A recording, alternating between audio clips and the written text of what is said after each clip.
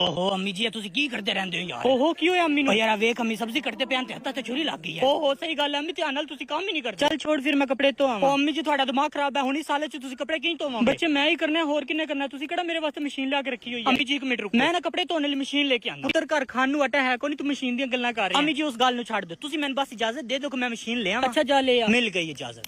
हाँ मशीन ले आया। अम्मी जी जल्दी उड़ाओ, आती मशीन ले आया है किथे? इधर आ इधर आ। हेलो अम्मी जी मशीन में ले आया।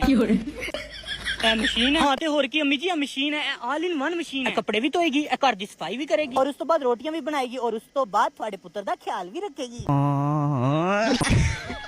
और अम्मी जी आना समझा के चोरी करके ले आई, रशीद भी है मेरे को, ले देखो तेन कहा ना मैं आते होर की ये एक मशीन चाल है तो दो मशीनें ले आनी नहीं। दरअसल इस कंपनी दी ना एक ही मशीन है, तुसी अपना जुगाड़ आप ला लो। चल नहीं तू अंदर हो, अम्मी जी तुसी बाहर आओ तो जाके कपड़े धोवो। बहन मैंने भी दे ना एवं ही दवा। चल नाच के विखा। चल नाच के विखा, मेरी भी कुछ सेल्फ रिस्पेक्ट है, मैं पापड़ा वास्ते डांस करने लग जाऊंगा। बड़ा मसालेदार है।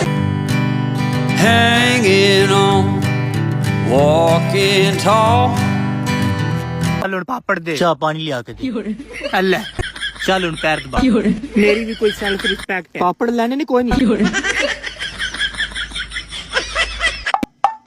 भाई पापड़ ने तेरे को? पापड़ मैंने भी दे। इस मैंने तंग कीता ही ना, मैं भी नो करा। आ देंदा तेन मैं पापड़, चल जा पानी लिया के दे।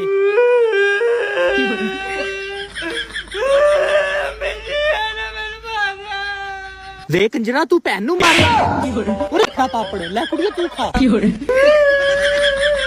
नहीं मेरी बहन पापड़ खाने नहीं? हाँ खाने। मैं अपनी बहन नू अपने हत्थां नाल खिलांदा।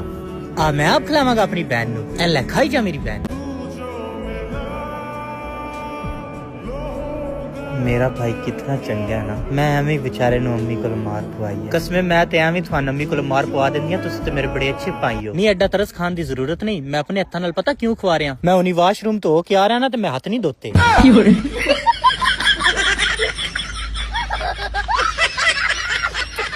फाइनली अम्मी और इजाजत दे दी है मेरी जान दी। फाइनली यार मैं वाशरूम कर ही आया। फाइनली मैं भी रोटी खा ही आया।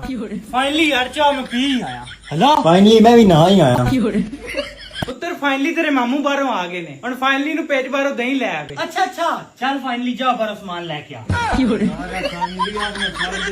नहीं फाइनली इंशाल्लाह फाइनली तेन अगे तो बाद फाइनली छड़ तू ना, अगे तो बाद मैं फाइनली नहीं आखना। चल ठीक है, अगे तो बाद मैं फाइनली नहीं आता, किसी नहीं दसदा। ओए यार इदा नाम फाइनली आई, हुने सन फाइनली नहीं आखना, हुने से भी आखना छोड़ देता है, अगो बाद किसी नहीं आखना। ठीक है फाइनली नहीं आता मैं। हजरात एक लान सुने, हमारे मोहल्ले में जो फाइनली रहता था उसने केला खा लिया है। वो कहता है आइंदा के बाद मुझे फाइनली ना कहना। तो फाइनली हम इस डिसीजन पे पहुंचे हैं कि फाइनली को आइंदा के बाद फाइनली ना कहा जाए। चल हुन खुश है, हुन तो ऐलान भी हो गया, अगो तन कोई नहीं आता फाइनली।